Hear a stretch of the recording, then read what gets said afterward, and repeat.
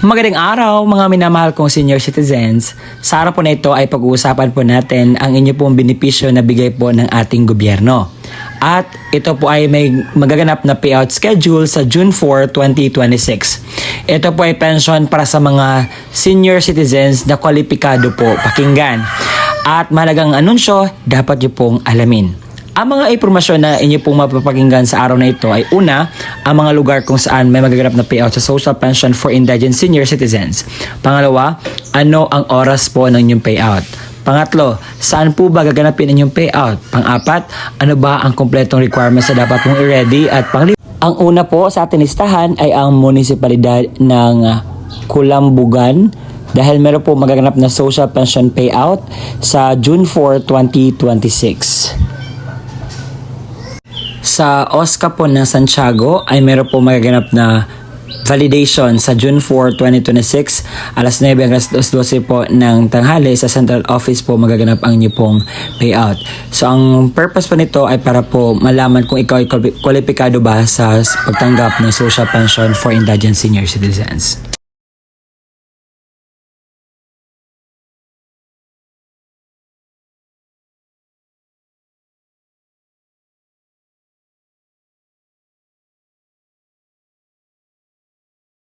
Ang kasunod po sa ating listahan ay ang Misamis Oriental dahil meron po magaganap na payout sa June 4, 2026 morning po at magaganap po yung payout sa Municipal Covered Court ng Medina, Misamis Oriental sa mga barangay na ito.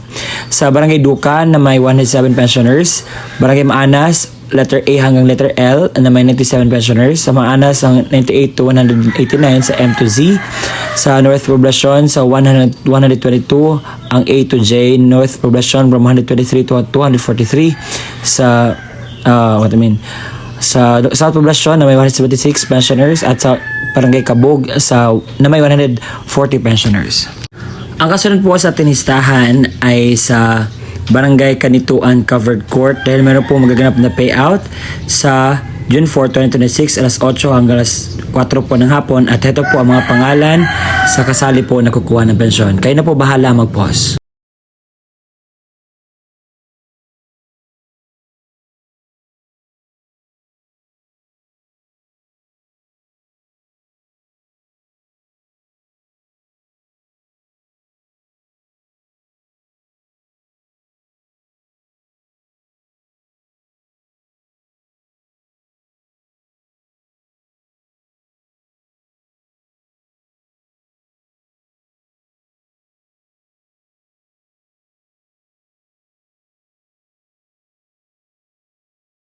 Sa Isabela Negros Occidental ay meron po magaganap na payout sa June 4, 2026 sa mga barangay na ito. At ang payout po ninyo ay magaganap po sa Municipal Covered Court. Sa Barangay San Agustin, alauna hanggang alas 3 po ng hapon na may 72 pensioners. Barangay Tinungan na may 76 pensioners, alauna alas 3 ng hapon. Barangay Panakiao na may 26 pensioners, alauna alas 2 ng hapon. Barangay Kansalungon na may 38 pensioners, alauna alas 2 ng hapon. Barangay Kamangkamang na may 101 pensioners, alauna alas 2 ng hapon. Barangay Gintubuhan na may 54 pensioners, alauna alas 3 ng hapon. Barangay Mansablay na may 86 pensioners, alauna alas 3 ng hapon. Barangay May Tubig na may 39 pensioners, alauna alas 2 ng hapon. Barangay Rumirang na may 34 pensioners, alauna alas 2 ng hapon. Barangay 8 na may 50 pensioners, alauna alas 2 ng hapon. Barangay 9 na may 88 pensioners, alauna alas 3 ng hapon. Barangay Bulad na may 23 pensioners, alauna alas 2:30 ng hapon. Barangay Bungahin na may 26 pensioners, alas 2:30 hanggang alas 3 ng hapon. Barangay 4 na may 38 pensioners, 2:30 hanggang 4 p.m. Barangay 5 na may 35 pensioners, 2:30 to 5 p.m. Barangay 6 na may 25 pensioners, 2:30 to 4.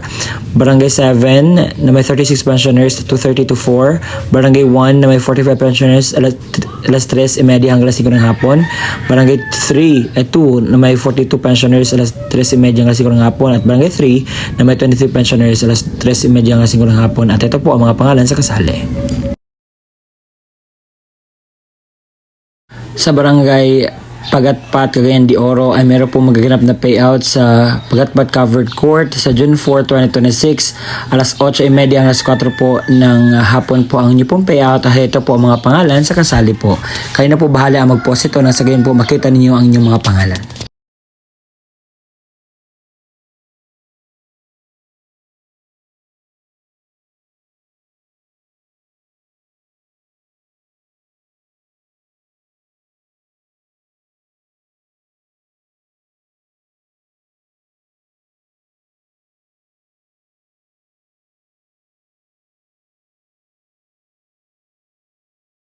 Sa probinsya ng Cagayan, sa munisipalidad ng Rizal ay meron po magaganap na payout sa June 4, 2026 sa morning ang Barangay Liwan, Barangay Minanga, Barangay Anon Toro. Sa Liwan, Barangay Gym ang inyo pong payout. Sa Barangay Nanungaran, Nongo at Dungan, sa Nanungaran Gymnasium ang payout. Sa hapon naman, ang Barangay Baloncanag, Gadangkaw, Mauwanan at Barangay Kapakawan sa warehouse Gadanggaw po ang payout. Sa gymnasium po ng Villaverde, Nueva Vizcaya ay meron po magaganap na payout sa June 4, 2026 alas 7:30 hanggang 12 ng tanghali at ito po ang mga pangalan sa kasali.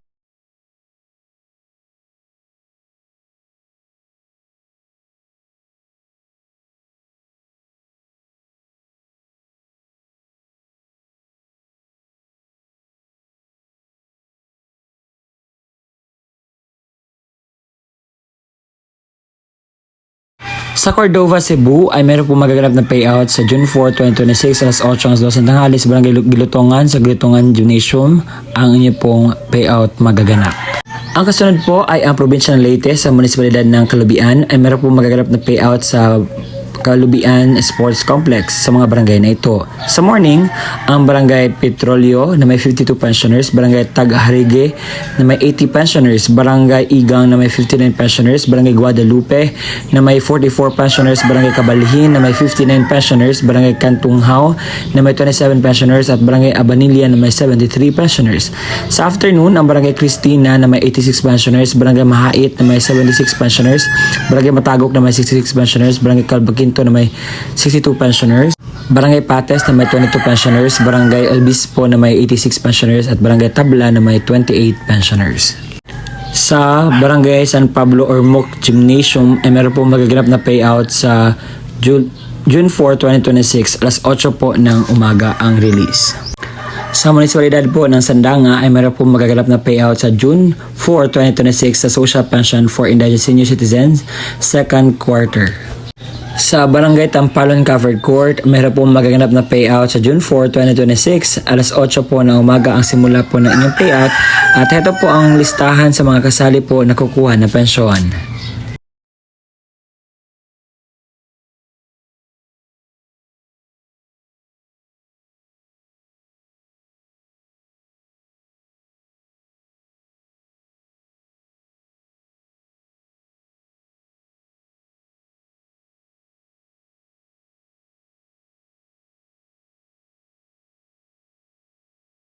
Sa MSWDO ng Dinapige ay meron po magaganap na payout sa Municipal Gymnasium sa June 4, 2026. Sa munisipalidad ng Enrile sa probinsya ng Cagayan ay meron po magaganap na payout sa June 4, 2026 sa Barangay 2 alas 8 hanggang alas 11 ng umaga sa Barangay 2 Gymnasium. Sa Barangay 3 San Roque alas 8 hanggang 11 ng umaga sa Barangay San Roque Barangay Hall. Barangay Zone 3 San Jose, alas 8 hanggang 11 ng umaga sa San Jose Gymnasium, Barangay 4, alauna hanggang alas 3 ng hapon sa Barangay 4 Gymnasium at Barangay Villa Maria, alauna hanggang alas 3 ng hapon sa Barangay 1 Gymnasium po ang inyo pong payout. Sa Barangay Basod, Santa Niño, Samar ay meron po magaganap ng payout sa June 4, 2026 sa Kamandag area. Sa Barangay Balatguti, alas 8 hanggang alas 10 ng umaga sa Barangay Bilihimosa alas 10 hanggang 12 ng tanghali, sa Barangay Corocayawan alauna hanggang alas 3 ng hapon at Barangay Pinangan Lobe Sevilla alas 3 onwards po ang inyo pong payout. At iyon po ang mga lugar kung saan may magaganap na payout o o bigayan ng pensyon para sa ating mga minamahal na kwalipikadong senior citizens. Sa mga nagtatanong, sir, totoo ba itong sinasabi mo? Hindi ba ito fake news? Hindi po iyan fake news dahil naka-include na po ang mga details na dapat nyo pong ma-inculcate, malaman, maramdaman. Kasi gusto ko pong sabihin sa inyo, dahil maraming nasabi, fake news namang sinasabi nyo. Hindi po ito fake news. Ito ay batas po ang Social Pension for Indigent Senior Citizens. At kung hindi ko man nakita ang inyong mga lugar, you can just go to the near barangay sa inyo at alamin kung meron na bang update sa inyong Social Pension for Indigent Senior Citizens. Kung kasali ka pa ba, meron bang update o ano ba ang gusto mong malaman na increase patungkol po sa inyo pong magaganap na pensyon. Baka yung iba hindi na nakatanggap dahil meron pong validation. Kapag hindi ka pa makapunta sa validation, automatic tanggal ka na po. And sir, ano ba yung mga requirements nito para payout kami? So ito po ang kumpletong requirements na dapat mong i-ready. Social pension requirements. Kapag ang senior citizens mismo ang pupunta sa venue, ito po ang kanyang dalhin. Una, original OSCA ID at national ID. Pangalawa, photocopy ng senior citizens ID na may 3 lagda o thumb mark sa hindi na po makakapirma. Kung ang representative ng senior citizens naman ang kukuha, ito po ang dapat niyang dalhin. Una, original at photocopy ng ID ng senior citizens ID na may 3 lagda o thumb mark sa hindi na po makakapirma. Original at photocopy ng valid ID ng representative o government issued ID lamang na may 3 lagda o thumb mark sa hindi na po makakapirma. Sulat, pahintulot or authorization letter mula sa senior na mayroong pirma, thumb mark at naayon sa format mula sa DSWD, makukuha po ito sa inyo pong barangay. Pang-apat, kopya ng litrato ng senior citizens na may kasamang representative na may hawak na updated newspaper. Kung ang kukuha naman ay representative ng namayapang senior, ito po ang kanyang dalhin. Una, original at photocopy ng ID ng senior citizens or certificate of membership mula sa OSCA kapag wala na itong OSCA ID na photocopy. Pangalawa, original at photocopy ng government issued ID ng representative.